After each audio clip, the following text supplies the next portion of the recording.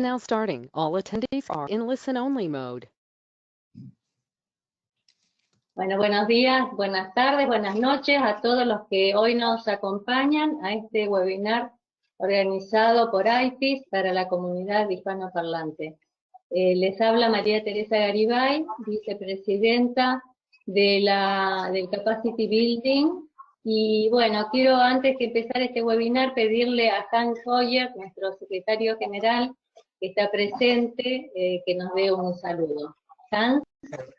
Muchas gracias, Marité. Muy agradecido por tu liderazgo en organizar nuestros webinars, trabajando con el equipo, con Peter, Krishner y todo. Estamos muy felices que el profesor Alex Rayón de España está con nosotros. Solamente un par de palabras. Estamos muy felices que nuestra serie de IFIS GEC de webinars es a nivel global y todos ustedes están invitados, a pesar que están en América Latina, los webinars globales son en inglés. Y quisiéramos que todos también, por lo menos, escuchan, ¿no es cierto?, participar. Y la serie liderado por Marité aquí en América Latina está creciendo y estamos con muchos amigos. Queremos, obviamente, estoy muy feliz que nuestros amigos de España están con nosotros y muchos colegas, amigos de Argentina, pero yo quisiera mucho que también participamos, estamos en conversación, Marité y yo, con colegas en toda América Latina, ¿no es cierto? Inclusive Brasil, y tenemos un líder de Brasil que va a dar una presentación en portugués, va a hablar muy lentamente, ¿no es cierto?, el portugués dentro de muy poco tiempo. También hay mucho interés por varios de nuestras colegas de las diferentes empresas que trabajan a nivel global, involucrarse, contactar, participar en nuestros webinars. Entonces, con esto cierro. Gracias, Marité, por tu liderazgo y bienvenido al profesor Alex. Sí, bueno, un gusto. Gracias, Hans. Bueno, como les decía, hoy tenemos la participación del doctor Alex Rayón, que compartirá con nosotros la experiencia de la Universidad de Deusto en la transformación abrupta del modelo de enseñanza como consecuencia de la crisis sanitaria que estamos atravesando. El doctor Alex Rayón es actualmente vicerrector de Relaciones Internacionales de la Universidad de Deusto, doctor en Informática y Telecomunicaciones. Desarrolló su tesis doctoral en el campo de la analítica avanzada para la mejora de los procesos de enseñanza-aprendizaje, es decir, en el poder de los datos para aportar evidencias para generar mejores experiencias de aprendizaje. Y desde ese lugar abordará los interrogantes: ¿cómo desarrollar nuestras actividades prácticas de laboratorio? ¿Cómo evaluar? ¿Cómo trabajar en grupo? Bueno, nuevamente muchísimas gracias, Alex, por aceptar nuestra invitación y adelante, te escuchamos. Bueno, pues muy buenos días, muy buenas tardes, porque me estarán escuchando de diferentes partes del mundo. Y nada, en primer lugar, pues muchas gracias a IFIS por la invitación. Siempre un gusto compartir pues todo lo que hemos trabajado acá en la Universidad de Deusto y más pues con colegas del ámbito de la ingeniería. Un campo que, bueno, pues fruto de la particularidad con la que enseñamos, pues evidentemente tenemos un reto adicional. Mi objetivo hoy es básicamente tratar de responder a estas dos preguntas que acá les formulo inicialmente. Bueno, yo creo que me gusta hacer paralelismos con lo que ha ocurrido en otras industrias y suelo hablar mucho de la música porque la industria de la música ha vivido profundas transformaciones. Si recuerden, en la migración que hubo del videocasete al CD-ROM, ese paso, lo que podríamos llamarle fue un proceso de digitalización, porque lo que se cogió es un producto y simplemente se cambió su soporte, su formato. Solo estos días utilizar ese símil para decir lo que creo que estamos haciendo en nuestras universidades. Hemos cogido lo que impartíamos en face-to-face, es decir, en actividades presenciales tradicionales, y lo hemos llevado a una plataforma. Pero eso no implica que lo hayamos transformado digitalmente. La transformación digital de la industria de la música la trajo Spotify.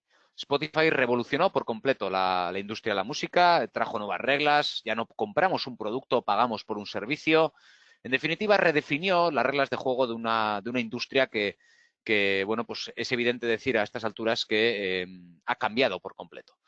La pregunta está en si la pandemia del coronavirus nos va a traer el mismo elemento de cambio. Si esto va a ser una situación circunstancial, coyuntural, o nos va a hacer realmente que empecemos a aprender a pensar en un aprendizaje donde el estudiante esté en el centro de todo lo que hagamos. Y eso es precisamente lo que quiero hablarles, de cómo este mundo de la educación, ya ven que implica diferentes elementos. La educación es un asunto muy complejo, por mucho que desde fuera de la educación se trate muchas veces de banalizar nuestro trabajo. La educación es un asunto muy complejo. Tenemos que transformar ahora la evaluación, de la que vamos a hablar, las estrategias de enseñanza-aprendizaje, de las que vamos a hablar, la infraestructura tecnológica que da soporte a todo esto, los contenidos. Los contenidos estaban pensados y estaban hechos para una clase en la que yo estaba físicamente con estudiantes en el aula. Evidentemente ahora no vale. Tenemos que buscar nuevas alternativas. Por lo tanto, el liderazgo, las organizaciones, la manera de trabajar, bueno, voy a someter a juicio todos estos elementos, evidentemente diciendo que creo que es un momento de cambio, es un momento de transformación. Tengo más preguntas que respuestas, creo que eso es bueno, porque así avanza la ciencia, preguntándose cosas, y eso es precisamente lo que vengo a proponer. Pues evidentemente nosotros hemos adoptado una metodología que se ampara en estos 4 elementos que acá ven. Hemos transformado nuestras metodologías didácticas, hemos transformado nuestras estrategias de enseñanza-aprendizaje, hemos transformado los elementos de motivación a nuestros estudiantes y hemos transformado cómo evaluamos. Y fíjense que utilizo el verbo transformar, no digitalizar, ¿vale? Y eso, recuperando el símil de Spotify, lo que quiero ver con ustedes ahora es precisamente cómo montar un Spotify de la educación, es decir, cómo montar un sistema que esté adaptada al medio digital donde nos vamos a tener que relacionar en los próximos meses. En primer lugar, la metodología. Nosotros la hemos llamado presencialidad remota, pero esa semántica tiene un mensaje por detrás muy fuerte. Tiene un mensaje básicamente de que queremos hacer lo mismo, pero de otra manera.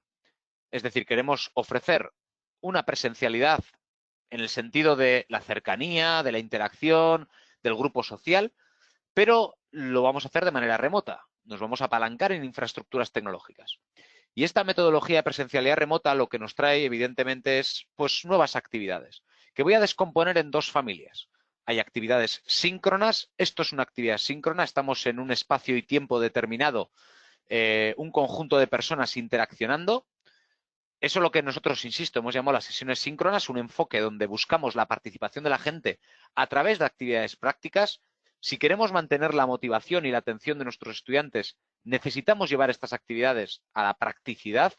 No podemos desarrollar las tradicionales sesiones conceptuales en un medio así porque perdemos la atención de nuestros estudiantes y lo que se llevan es a unas fases de pre-work, esas píldoras conceptuales, ¿vale? Yo llevo, no sé, 10 años ya grabándome píldoras conceptuales en mi canal de YouTube. Estoy muy acostumbrado a este medio audiovisual, estoy muy acostumbrado a enseñar previamente a mis sesiones prácticas conceptos, me autograbo, van a ver en mi canal de YouTube muchos vídeos grabándome mientras explico conceptos y creo que ese es el mundo al que nos conduce todo esto. Las clases tenemos que aportar valor añadido, no podemos quedar en un medio de esta naturaleza para hablar solo, tenemos que interaccionar, tenemos que llevar a un aprendizaje práctico. Y eso nos llevaría al post-work, una continuidad de esas sesiones prácticas donde fomentemos la autonomía de aprendizaje de nuestros estudiantes a través de pues, la solicitud de la realización de actividades donde bueno, pues les tutoricemos a través del foro, a través del chat, a través del medio que sea. Pero como ven, que distribuyamos la carga de trabajo en 50% actividades síncronas, 50% actividades asíncronas, tutorizadas, donde la interacción no sea necesaria y donde aprovechemos las ventajas y desventajas que tiene cada uno de los medios. Para mí la principal ventaja que tiene este medio digital es que todo queda grabado. Y todo lo que queda grabado tiene una gran ventaja para ser inclusivo. Porque en un aula uno de los mayores retos al que nos enfrentamos habitualmente es los diferentes ritmos de aprendizaje que tienen nuestros estudiantes. Si todo queda grabado, un estudiante va a poder repetirse la clase tantas veces como quiera. Por lo tanto, una de las, para mí, insisto, principales ventajas que tiene este medio es precisamente la sincronía y la grabación, porque eso va a llevar a que se puedan repetir y constantemente divulgar una serie de materiales que hayan sido grabados y que los materiales se adapten al ritmo de aprendizaje del estudiante y no al revés. La educación tradicional hacía que el ritmo de aprendizaje del estudiante se tuviera que adaptar a un material y a un medio. Aquí es todo al revés, ganamos en versatilidad y en flexibilidad y llevemos las sesiones síncronas a la interacción, a la practicidad, a lo que va a pasar ahora, que ustedes me van a...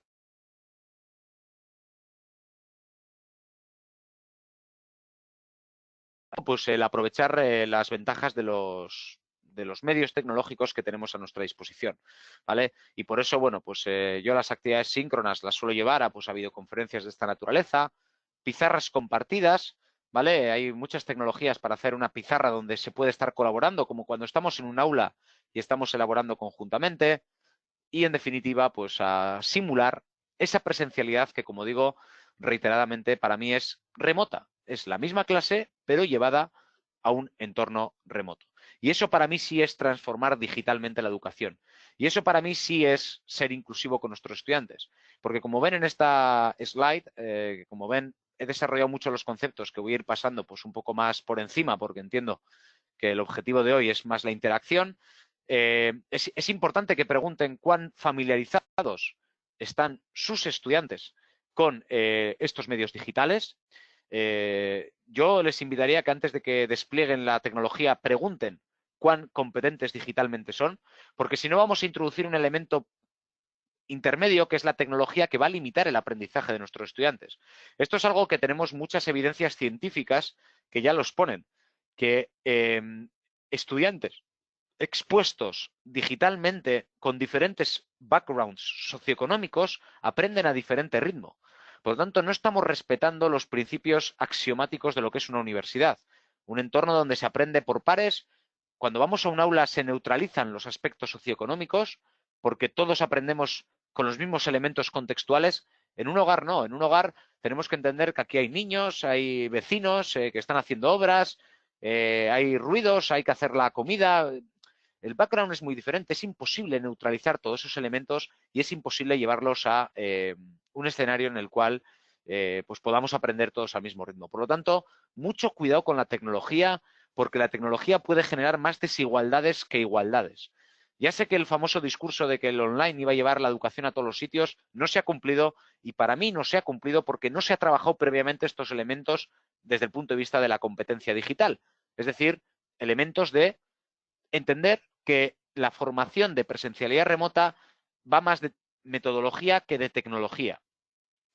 Va más de pensar que tenemos que hacer inclusivas las sesiones que de dotar de mucha tecnología que luego en muchos sitios no es alcanzable. Y además no es alcanzable no solo físicamente por las comunicaciones, sino también por, insisto, la competencia digital. Por lo tanto, principios de buenas prácticas para una enseñanza en remoto. Pues primero, promover el contacto. Es muy importante, pues como estoy haciendo yo ahora con ustedes, estar atento del chat, estar atento de las preguntas que puedan ir haciendo. Fomentar el aprendizaje activo, por eso he dicho que las sesiones síncronas, bajo mi punto de vista, tendrían que ser prácticas y proactivas. Hay que dar respuesta inmediata. Si queremos generar esa sensación de cercanía, tenemos que mostrar la cercanía también en la parte evaluativa de nuestros estudiantes. Hay que estimar el tiempo que hay que dedicar a cada tarea.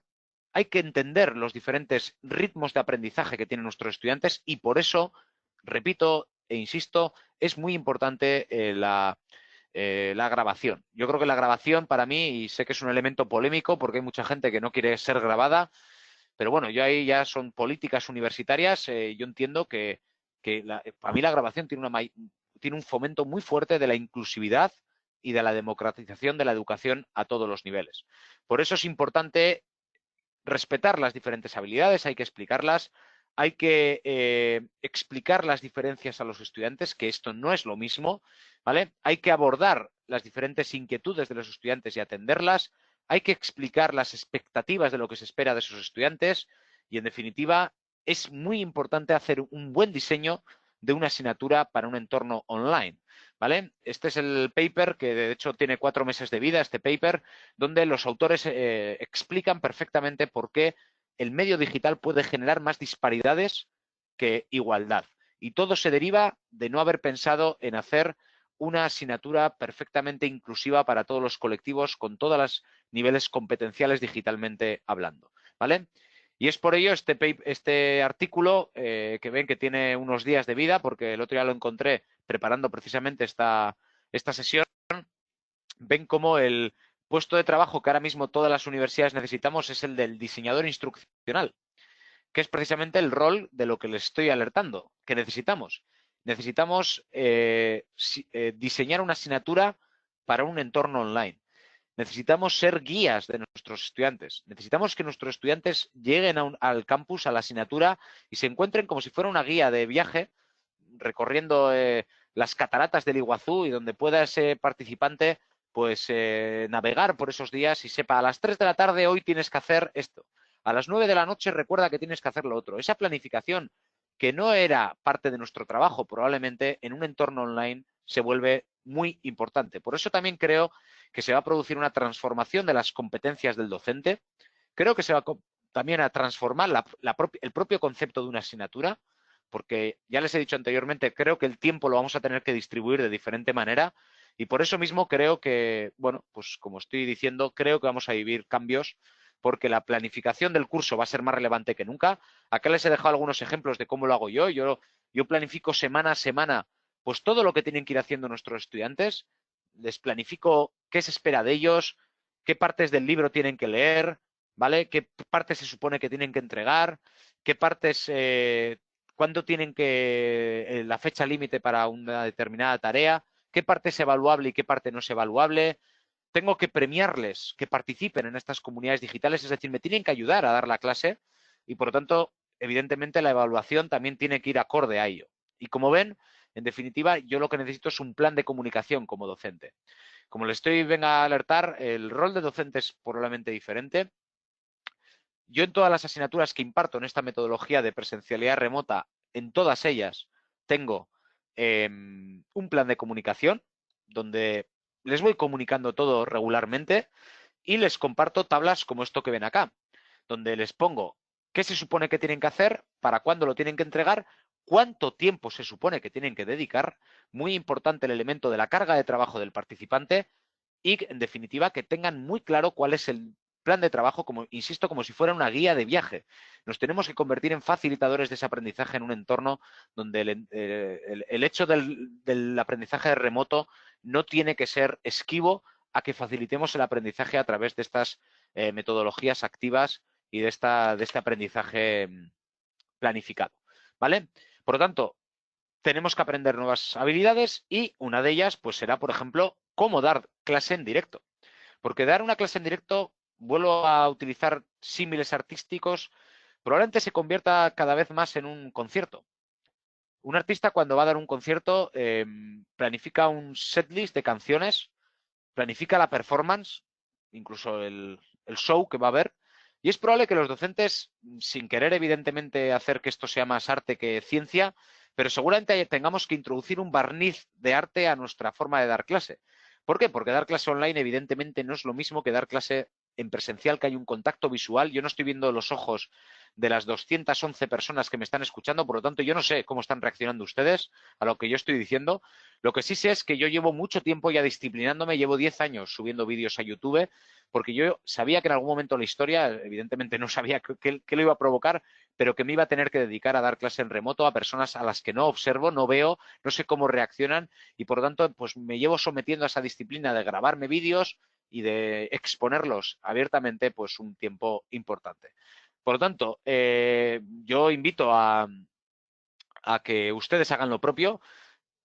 Para las sesiones síncronas, yo estoy recomendando, estamos ayudando a muchas universidades en este momento de transformación y no estamos cambiando el horario. Es muy importante que los estudiantes noten el menor cambio posible a nivel de horarios y, por lo tanto, pues mantenemos el horario. Hay que ceñirse al horario, que mantengan la planificación y la disciplina a los propios estudiantes y con ello pues que tengan bueno, pues una capacidad de disciplina parecida a la que tienen cuando hay que ir a clase. Tienen un horario y eso reduce, en cierto modo, la sensación de soledad que pueden tener estos días, ¿vale? Y la siguiente pregunta es, bueno, las clases síncronas parece que las tenemos claras. Hay que hacerlas, como decíamos, con un horario planificado.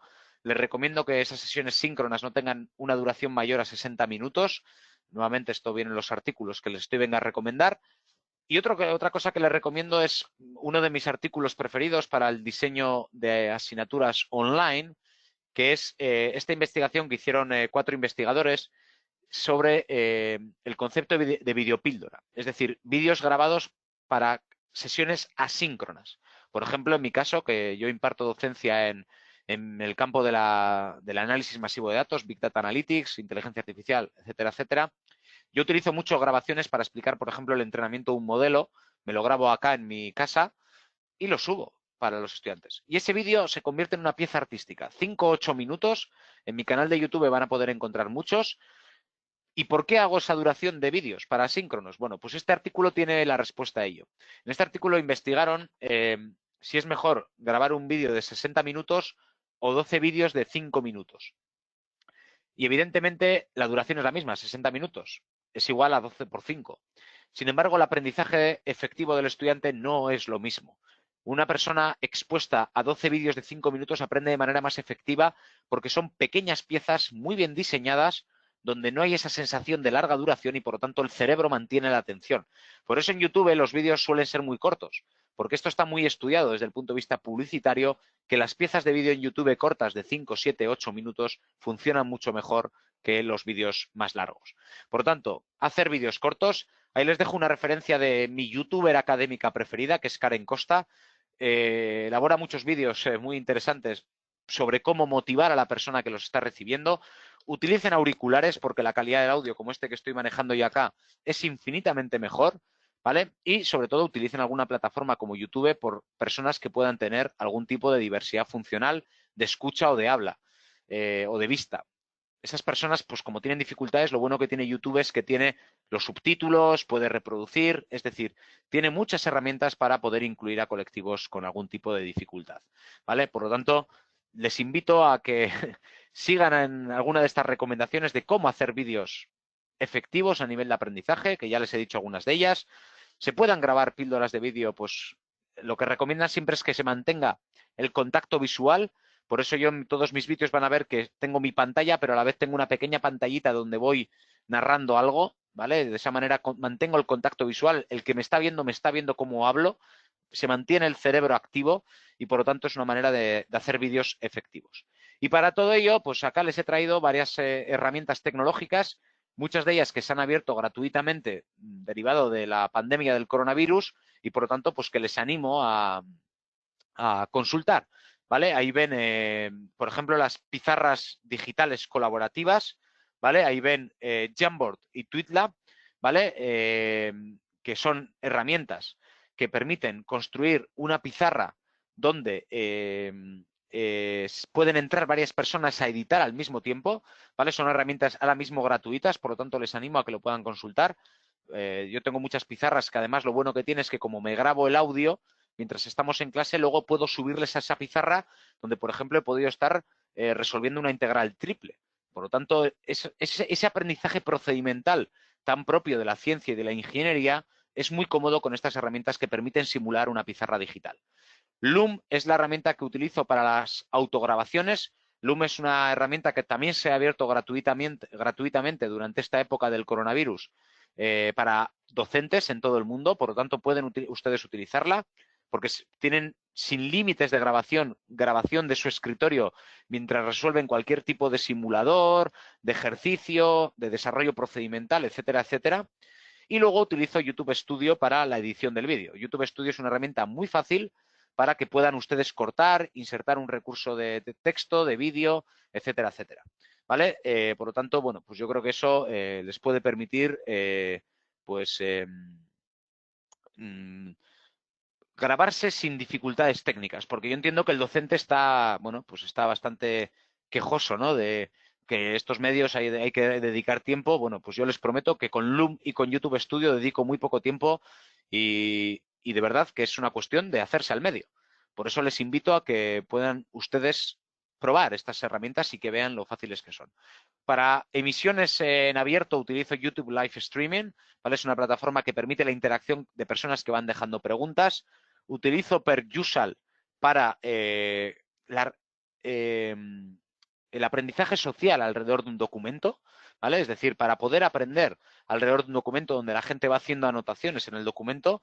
Utilizo también la grabación de PowerPoint, que tiene una opción de grabación mientras vas pasando la presentación, de tal manera que hacer una videopíldora conceptual donde se va explicando un concepto a partir de la presentación de PowerPoint es muy sencillo y, por lo tanto, como ven, este es el elenco tecnológico pues, que despliego. Siempre y cuando ustedes tengan cuidado con cómo usan la tecnología, ¿vale? Ya tenemos mucha evidencia de que niños y niñas expuestas a edades tempranas a la tecnología luego tienen dificultades de aprendizaje, por lo tanto la tecnología hay que usarla en su justa medida y también hay que saber qué es bueno llevar a la tecnología, ¿vale? Que es lo que se llama los modelos mentales. Sabemos perfectamente desde hace muchos años que, por ejemplo, la lectura en papel es mejor que la lectura digital. Eso se deriva a que nuestro cerebro tiene conectado en su cerebro que el tocar lo que estamos leyendo consolida más la lectura que no tocarlo, ¿vale? Por eso también insisto en que los modelos mentales que tiene nuestro cerebro son importantes a la hora de intermediar digitalmente alguna actividad de enseñanza-aprendizaje. Por lo tanto, como ven, no todo es tan trivial como simplemente digitalizarlo, hay que hacerlo con cabeza, hay que hacerlo con metodología y, por lo tanto, pues yo apelo un poco a que lo hagan ustedes con cuidado. Y me quedan 2 puntos y ya terminamos esta sesión, que son, en primer lugar, la motivación y, en último lugar, la evaluación. Bueno, la motivación. Un elemento que se suele olvidar es el aislamiento de nuestros estudiantes. Y lo digo con pena porque es un elemento muy complejo, pero nuestros estudiantes están sufriendo un momento de aislamiento y la presencia social remota es compleja. El elemento del aislamiento sería fácilmente trabajable en un entorno presencial porque nuestros estudiantes interaccionan en un aula, tienen facilidad de contarle al amigo pues lo que ha sido su fin de semana, pero es que ahora en esta época de cuarentena evidentemente no hay esa capacidad. Por lo tanto, tenemos que trabajar en cómo organizar, y aquí os he dejado un par de artículos, como ven los dos muy recientes, sobre cómo interaccionar en entornos digitales y sociales para fomentar la interacción entre estudiante y docente, es decir, cómo crear comunidad. Y acá ven algunos de los trucos que señalan esos artículos, que les invito a leer, porque creemos que es importante que siempre haya algún estudiante, por ejemplo, que sea el líder, que sea como el delegado digital para fomentar la interacción, permitir que los estudiantes tengan interacciones posteriores. Por ejemplo, yo lo utilizo pidiéndoles alguna actividad evaluativa donde sea necesaria esa interacción entre los participantes. Yo todas las semanas tengo 3-4 sesiones síncronas grupales, es decir, tengo 3-4 interacciones donde el grupo puede participar y, por lo tanto, de esa manera casi os diría que diseño una asignatura en ese diseño instruccional que os decía anteriormente para fomentar esa participación grupal. Es decir, diseño una asignatura para que este elemento de la motivación y de la generación de comunidad no sea un problema para el aprendizaje colaborativo, para que se sientan parte de una gran comunidad y, en definitiva, para que esta presencia social remota sea efectiva. Y para ello creo que necesitamos muchos elementos de fomentar con nuestras actividades, con nuestros aprendizajes, con nuestras interacciones, pues, como digo constantemente, pues esa facilidad de sentimiento social y grupal que tanto hace falta, ¿vale? Por lo tanto, hay que trabajar esos elementos, hay que acompañar, hay que evitar el aislamiento de las personas y, en definitiva, hay que trabajar esos elementos motivacionales también. Y, bueno, pues para ir ya concluyendo y ya pues que vayamos a las preguntas que ustedes pudieran tener, vamos a irnos a la parte de evaluación, ¿vale? Que es, bueno, pues les confieso, para mí el elemento más complejo.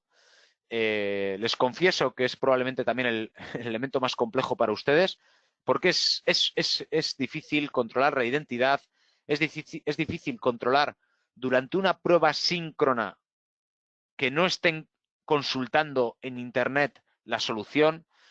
Bueno, por fortuna hay elementos tecnológicos para ello, pero son elementos tecnológicos que también nos abren otras desventajas. Por lo tanto, en esta última parte, pues voy a procurar atender también pues estos elementos de la evaluación que, bueno, pues que les confieso que son difíciles. Y primero lo que voy a hacer es confesar que la literatura está muy dividida. La literatura de cómo evaluar en entornos remotos y distribuidos está muy dividida. Hay autores que opinan de unas cosas o de otras, por lo tanto, acá lo que les he hecho es una síntesis, un corolario, una mezcolanza de esas diferentes escuelas de pensamiento de evaluación remota para que podamos decidir por cuál de ellas abogamos. ¿Vale? Lo que sugieren así en general es que hay que mezclar las pruebas. Esto se debe a dos principales motivos. El primer elemento al que se debe mezclar diferentes pruebas, como las que ven aquí, es buscar la consistencia. Es decir, un estudiante que tengamos sospecha que pueda copiar, lo mejor es que le sometamos a 8 o 10 pruebas diferentes. Si le sometemos a 8 o 10 pruebas diferentes, evidentemente esa persona pues va a poder mostrar su consistencia de que no copia pues en diferentes pruebas. Yo, por ejemplo, les hago un trabajo final, un ensayo, les hago testes semanales, les hago proyectos en grupos, porque eso también les evalúo esa interacción que les señalaba anteriormente. Les hago preguntas en directo en una sesión síncrona, es decir, mezclo un poco todo ello porque lo que busco es el mix de tareas.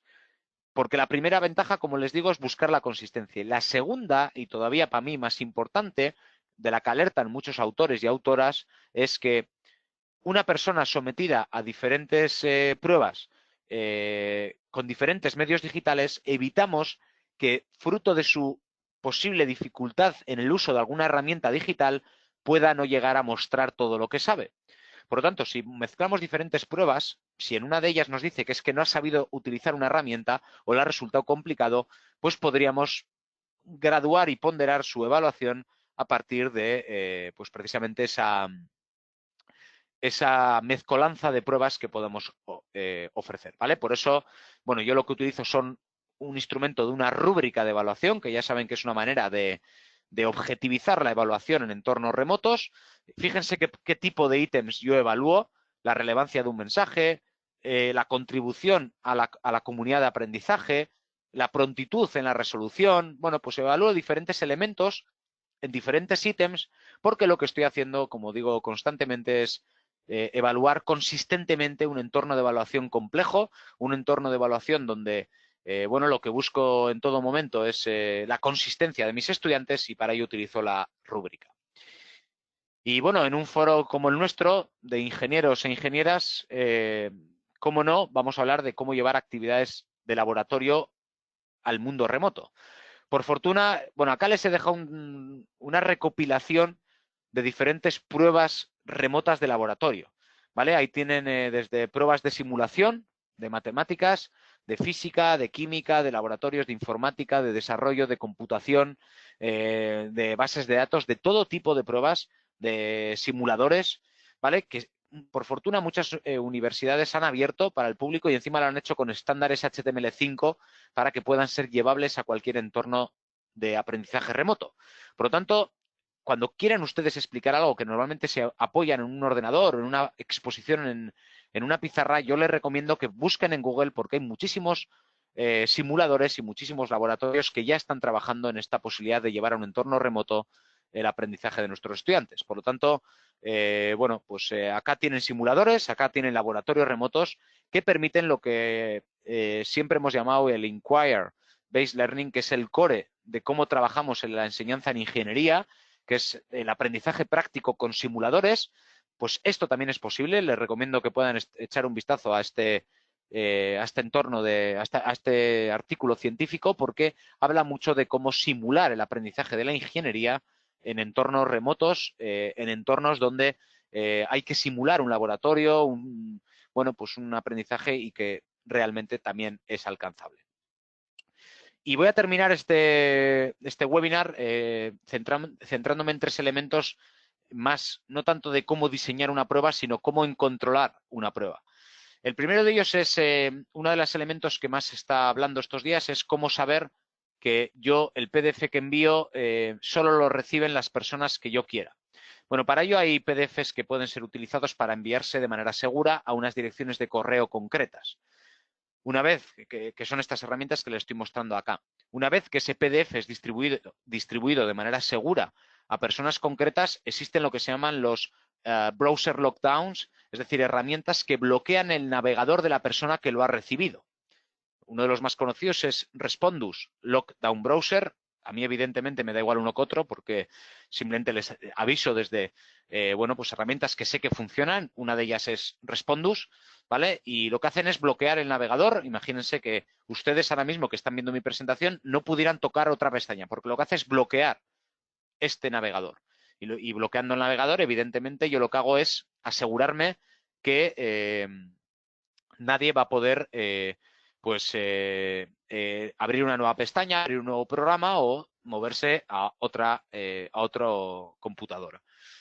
Y, evidentemente, estas pruebas necesitan de dar ese feedback rápido del que les alertaba anteriormente y, evidentemente, como no concluir un webinar en el que hemos hablado de la evaluación, introduciendo la importancia de la vigilancia, que siempre es un debate, bueno, pues desde un plano de la moral y de la ética, pues muy cuestionable, porque, bueno, ya saben que todas estas herramientas de proctoring se parten de un punto de que se reconoce la cara de una persona. Entonces, sí, bueno, pues hay mucho debate en Internet sobre si estas herramientas no invaden la privacidad y la intimidad de la persona, pero evidentemente a algún punto tenemos que sacrificar si queremos controlar la identidad. El reconocimiento facial, ya saben que son algoritmos muy complejos porque evidentemente la cara es algorítmicamente y a nivel de estructuración de datos es un tipo de datos complejo, porque una cara tiene muchos parámetros que expresar a una computadora y por eso resulta tan complicado de poder expresar. Y por lo tanto, si es complicado de poder expresar en una computadora, también es complicado de poder suplantar esa identidad. Por eso estas herramientas están escaneando la cara constantemente para saber qué es la persona de la que tenemos su huella facial. Por lo tanto, bueno, pues esto también introduciría una nueva capa de vigilancia en las pruebas y, bueno, pues también sé perfectamente pues las dudas que plantea a nivel ético.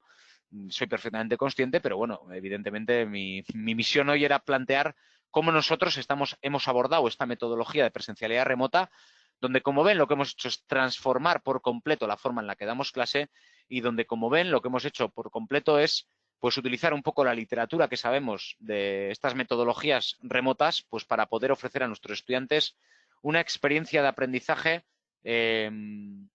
efectiva, donde el aprendizaje sea cercano, donde se construya esa comunidad, donde peleemos contra los elementos motivacionales de nuestros estudiantes y, en definitiva, donde aprendamos a generar esa comunidad y mitiguemos esos elementos psicológicos y de aprendizaje que he ido señalando. Así que, bueno, pues esta era nuestra adaptación a ese formato, a un nuevo entorno online, un entorno que creo que ha venido para quedarse. Ya ven que la transformación digital era cuestión de que viniera una necesidad imperativa y, bueno, pues espero que les haya gustado, espero que les haya parecido sugerente las reflexiones y, bueno, van a tener la presentación, además de la grabación, la presentación la va a tener la organización para que se la pueda hacer llegar, por lo tanto, no se preocupen porque van a tener todos los recursos con todos los artículos también para que puedan pinchar y los puedan revisar, ¿vale? Por lo tanto, ahora me cedo la palabra nuevamente a María Teresa para pues someterme a las preguntas que tenga la audiencia.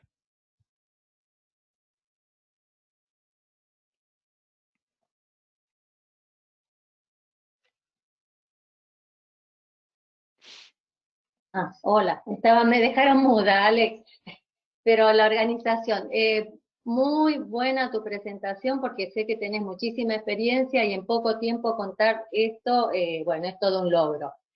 Y ahora vienen las preguntas de la audiencia que son varias.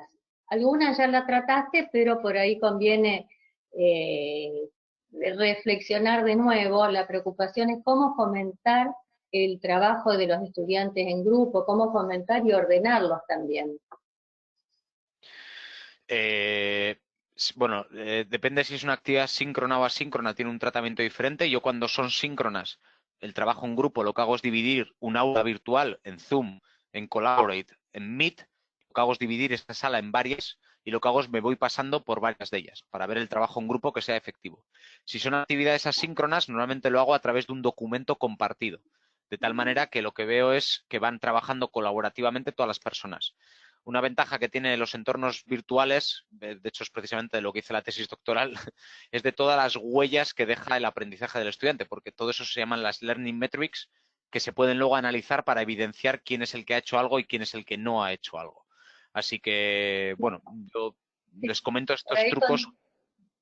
Por ahí Sí. contesta un poco también Alba Ramos, pregunta o tiene esa inquietud. Cuando son muchos alumnos, ¿cómo se complica la interacción? Así que esto que estás diciendo a lo mejor sería una manera de Claro. poder llegar mejor, ¿no? Sí, Bien. absolutamente. Yo, de hecho, los grupos grandes que tengo, es verdad que nuestra universidad nunca tiene grupos de más de 40 50, por lo tanto no solemos tener un problema de masificación, pero incluso 50 para una clase síncrona es imposible, entonces los divido en 2 de 25. Lo que he hecho es distribuir el tiempo. O sea, yo creo que esto es una cuestión de gestión del tiempo y de planificación. Claro, después varios participantes están preocupados por cómo se garantiza el aprendizaje del estudiante. Unos hablan en general y otros en particular porque nosotros tenemos un componente práctico también. Entonces, ¿cómo garantizar eso? Que aprendan. Bueno, es el gran reto. Ya ven que cuando hablaba de la evaluación, por eso yo les decía que creía que esto era nuestro grandísimo problema y no hay una solución mágica. Como les he dicho anteriormente, la literatura está muy dividida. Entonces, ahora mismo la mejor solución que tenemos dentro de las que tenemos es mezclar diferentes pruebas, porque no hay una solución mágica, por desgracia. Es muy difícil todas ellas, entonces yo lo que hago es probar diferentes métodos y luego hacer un denominador común entre todos ellos, porque no hay otra manera. No hay una prueba única que me sirva para evaluar todas las competencias. Bien. Bueno, acá nos pregunta Liliana Cuenca Plench, una amiga, en el contexto actual en que los estudiantes no optaron por la modalidad virtual, entonces tienen problemas personales con respecto a conectividad o lugar y demás. ¿Qué te parece mejor? ¿Flexibilizar las fechas de entrega? ¿Ser riguroso? ¿Cómo manejar ese problema? Muy bien, magnífica pregunta. Estaba en esta slide, en la 14, porque este es para mí el gran caballo de batalla. La flexibilidad tiene que estar a la orden del día. La asincronía también, porque estudiantes que tienen problemas de conexión, etcétera, etcétera, lo van a tener si no muy complicado. Por lo tanto, yo les invito a que puedan ofrecer asincronía, es decir, que puedan repetir una sesión, por ejemplo, varias veces. Y luego, tercero, efectivamente, flexibilizar los tiempos y métodos de entrega. No olvidemos que no solo son tiempos, también son métodos de cómo se entrega una determinada tarea. Perfecto. Nos dice, acá pregunta José Luis Roses, dice, ¿la aplicación online es efectiva en su aplicación en todas las disciplinas? ¿Qué pensás? Sí, yo creo que sí. O sea, a ver, cada una de las disciplinas requiere ya una sesión vertical, ¿no? Porque creo que hay pruebas más, para la ingeniería electrónica hay simuladores más propios que para la ingeniería informática. O sea, yo creo que cada una de ellas requiere de verticalidades, pero como regla general diría que esto sí para cualquier rama del saber. Y otra pregunta, ¿vos recomendás esto de las clases, las píldoras, estos pequeños videos, que fueran previo a la clase Sí. sincrónica o posterior? Sí, absolutamente. Este es nuestro esquema institucional, además, no solo mío. Sin dudísima alguna, las videopíldoras conceptuales antes de una sesión procedimental. Es decir, el aprendizaje conceptual de hechos permite que luego el procedimental sea más fácil. Es decir, si asentamos conceptos, luego el procedimiento va mucho más rápido. Ah, perfecto. Ah, y con esto que vos dijiste de los logs de navegadores, pregunta Irma si también funcionan en los móviles. Sí, sí, se puede bloquear aplicaciones también. Hay mobile app lockers, hay muchas aplicaciones remotas para todo ello. Bien, perfecto. Ahora, digamos, también otra de las preguntas tiene que ver con esto de que los estudiantes no eligieron la virtualidad, los profesores tampoco. ¿Cómo ves cómo nos estamos desarrollando, hacia dónde vamos? Bueno, yo me imagino que, que esto también cuando se inventó la impresión, la imprenta, pues se harían las mismas preguntas. Y cuando apareció la radio también, o sea, las transformaciones transversales es lo que tienen, que a veces no se eligen y suceden. Entonces, yo lo entiendo, evidentemente. Ya ven que lucho en mi día a día por verlo como un entorno ágil y amigable, pero entiendo la complejidad. Entonces, yo creo que es una transformación. Yo recuerden el símil que he utilizado de Spotify. Supongo que las discográficas no eligieron que se crease Spotify. Entonces, yo creo que esta transformación, pues evidentemente va a producir cierta regresión en algún campo, es decir, vamos a volver a las actividades presenciales, pero también estoy convencido que esto ha venido para quedarse. O sea, esto no se va a frenar ahora. Exactamente, lo que nos costaba ahora de lleno nos tiraron a la virtualidad. Acá nos pregunta también, ¿cuál de las muchas pizarras o varias pizarras que nombraste, cuál te parece más fácil para que podamos usarla? Bueno, yo utilizo mucho Jamboard porque es muy cómoda. Además, la compró Google hace no mucho y está integrada encima en la suite de Google, por lo tanto da almacenamiento ilimitado. Jamboard es muy fácil de utilizar. Ya ven que es una pizarra, está cargándose ahora. Y ya ven que sale acá un pen y que para escribir, pues ya ven que es tan fácil como mover el dedo.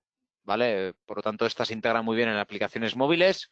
Y además esto permite grabar acá todas las secuencias de pizarras, ¿vale? Por lo tanto, esto puedo ir pasando todo lo que quiera, que luego puedo volver a la pizarra anterior, ¿vale? Fíjense que ahora me he movido a la tercera pizarra, me voy a la segunda, es decir, me estoy yendo para atrás. Imagínense que quiero volver a algo que antes he tenido que borrar y me voy a la primera, que es donde había escrito hola. O sea, esto es muy cómodo para recuperar cosas que ya son explicadas y además esto queda grabado. Acá pregunta Paula Di Marzo si conoces o si hay ejemplos de secuencias didácticas o para la utilización de laboratorios virtuales, algún tipo de tutorial o algo. En los recursos que les he dejado acá en esta slide, viene en lección ya para no entretenerme ahora a explicar uno a uno, pero en la slide número 40 van a encontrar esos videotutoriales y esas secuencias didácticas para probarlas. Perfecto. Y me decías con el alumno que no está preparado, decía, nosotros pensamos que los jóvenes están preparados para la tecnología, pero vos desde al comienzo dijiste, preguntemos cómo están parados los estudiantes, y si no, ¿qué hacemos? Bueno, es que ese es el problema, que no les hemos preguntado. Les hemos presupuesto unas capacidades que yo someto a duda que estén así de preparados. Porque pueden saber mucho de las redes sociales comerciales y tal, pero es que estas herramientas es otra cosa. Estos son herramientas digitales con otras skills necesarias. Entonces yo les invito a que, bueno, pues formemos digitalmente en esas competencias también a nuestros estudiantes y a nuestros profesores también. Bien. Y ahí dice, ¿nos podría mostrar algunas métricas del aprendizaje o de dónde los podemos adquirir? No sé qué. Bueno, las métricas de aprendizaje me imagino que se referirán a la rúbrica. Nuestra universidad tiene publicado su modelo de evaluación por rúbricas. Por lo tanto, si buscan el modelo de evaluación de la Universidad de Deusto, van a ver, pero me imagino que habrá de muchas otras universidades en el mundo, ¿eh? O sea que no es algo, es público el de nuestra universidad, es un instrumento bastante abierto, pero si alguna persona tiene algún interés en algo, les voy a dejar acá ahora mi correo para que lo tengan, ¿vale? Y bueno, pues me mandan un correo para cualquier pregunta que puedan tener relacionado con instrumentos e informaciones que noten faltando de todo lo que he explicado, ¿vale? Porque aunque he dejado todo bastante documentado, pues posiblemente alguna persona tenga alguna pregunta adicional. Sí. Pregunta, los links de los laboratorios remotos están ahí también, porque también nos preguntan eso. Sí, todos los recursos que he dejado pinchan sobre la imagen y ese es el enlace al recurso, ¿vale? Perfecto. O sea, que Nosotros no se preocupen. este webinar se está grabando, lo vamos a colgar de la página de IFIS, así que van a tener enseguida todo esto disponible. Bien, y otro tema también tiene que ver con las clases presenciales, a lo mejor son de 4 o 5 horas, ¿y qué hacemos nosotros ahora en la virtualidad? ¿Podemos repetir eso o cómo aconsejas que planifiquemos las clases? Yo invito a transformarlas, porque esas clases estaban pensadas para mantener 2 horas seguidas en un aula. Entonces yo creo que hay que adaptarlas un poco con las directrices que he comentado anteriormente de qué es una sesión síncrona remota, donde la interacción es lo más importante, la discusión en grupo, etcétera, etcétera. Por lo tanto, bueno, yo invito a transformarla. O sea, no creo que sea válido. Y por eso creo que es importante el elemento del diseño instruccional, ese rol que he señalado anteriormente que era necesario. Perfecto. Bien. Bueno, está también varios, esto de que los docentes nos empujaron a la virtualidad.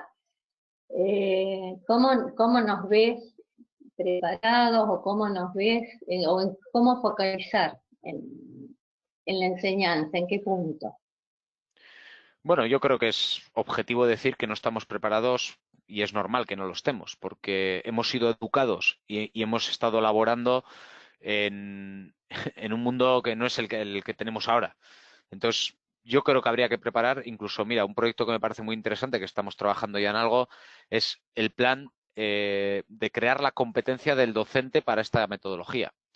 Porque es que no hay que saber solo de tecnología, hay que saber también de metodología, de psicología, de comunicación. O sea, son nuevas skills y por eso creo que estamos hablando de un nuevo tipo de docente. Acá te leo una pregunta. Dice, los simuladores están bien, hace Javier Quito, pero ¿qué hay de las prácticas de laboratorios presenciales? Esto no se puede reemplazar. En este caso, ¿no es mejor un enfoque híbrido o se Sí, pueden sí. implementar para generar habilidades prácticas? 100% de acuerdo con ese comentario. Creo que la nueva normalidad va a requerir escenarios híbridos. Estoy de acuerdo, ¿eh? O sea, evidentemente yo no he tratado de decir que un laboratorio virtual sea lo mismo que uno físico, ni mucho menos, ¿eh?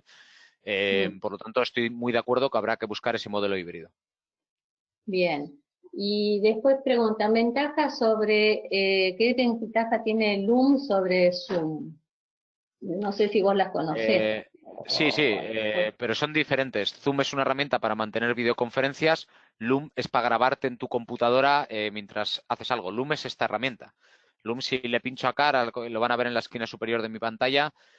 Acá lo que hago es, por ejemplo, si le pongo que me grabe eh, mientras saco la cámara, ¿vale? Entonces le voy a dar a Start Recording y ahora se va a poner a grabar mientras estoy moviendo el ratón por mi computadora. Ven ahí que sale un 3, 2, 1.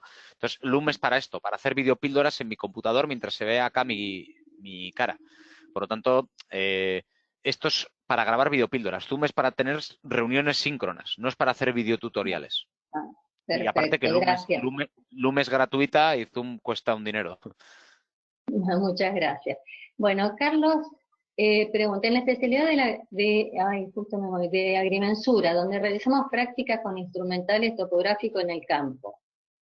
¿Existen propuestas de laboratorios virtuales o qué hacer en esa situación? No los conozco, pero estoy convencido que existen, porque cada persona que me ha ido preguntando estos días hemos acabado encontrando algún simulador. O sea, no los Ah, conozco, Carlos, ya lo siento, pero es un campo que me queda un poco alejado, entonces no me atrevo a manejarlo, pero estoy convencido que existen alternativas. y podemos nosotros validar esas capacidades que toma el estudiante en los laboratorios virtuales. A ver, perdona, repíteme la pregunta. Sí, sí, que cómo podemos validar que realmente tenga esa capacidad técnica Ya. que la adquirió de manera virtual. Nuevamente entramos con el problema de la evaluación. O sea, es que no hay manera, salvo que sea una experimentación en directo grabada, donde se le evalúe cómo lo hace en el directo. Es lo único que se me Claro. ocurre sabiendo que no es lo mismo. O sea, la evaluación, ya ven que estoy aportando más guías que certezas. Es lo único donde me han visto que no he sido muy contundente en la explicación porque soy el primero que tiene dudas. Sí, lo que estoy viendo es que varios de los asistentes, o por lo menos de los que preguntan, evidentemente tienen sus asignaturas con una fuerte carga de laboratorio, Ya. que muchas materias de ingeniería ocurre así. Y Sí, bueno, sí. ahí está el problema que hacer. Sí, yo ahí ya digo que, bueno, lo que les he explicado, yo soy docente de ingeniería, ¿eh? O sea que en realidad entiéndanme que soy otro más, como ustedes, Sí, hibriden las pruebas y, bueno, mézclenlas y a ver qué puede salir de todo ello. sí. Y la preocupación también que hay es esto de las desigualdades, que vos algo también lo mencionaste, en que se acentúan más en los estudiantes la desigualdad ante el no acceso o a Internet o porque no tienen equipo suficiente. Sí, No sí, sé sí. si querés No, no, hacer algo. hay grabaciones que luego se les ofrezca de manera síncrona. Claro, el tema es conocer al estudiante, como vos dijiste al principio, establecer una relación y poder entender esta Muy bien. situación, ¿no es cierto? Exactamente. Así como ellos por ahí nos entienden esa falta de capacidad nuestra de poder enseñar virtualmente, porque no estamos formados para eso. Exactamente. Bien. Así, ¿y cómo ves el futuro? Pues lo veo híbrido. Ese comentario que creo que se llamaba Javier, la persona, lo veo Sí, híbrido. Y además que creo que en la segunda parte del 2020 lo vamos a necesitar, porque no vamos a poder concentrar al mismo número de estudiantes presencialmente en las aulas. Entonces preveo un escenario híbrido, donde va a haber algo online y algo presencial. perfecto. Bueno, Alex, la verdad que te agradezco nuevamente el tiempo que nos has dedicado, a los asistentes que han sido muchos, les agradezco muchísimo también que nos apoyen, porque evidentemente estamos llegando con temas que son de su interés, y como dije, les vamos a dejar esta grabación. Y también si nos quieren escribir proponiendo temas para desarrollar, son bienvenidos. Y muy bien, y de esta manera entonces terminamos el webinar. Muchísimas gracias nuevamente. Gracias Y y un placer. cuídense todos. Chao. Gracias.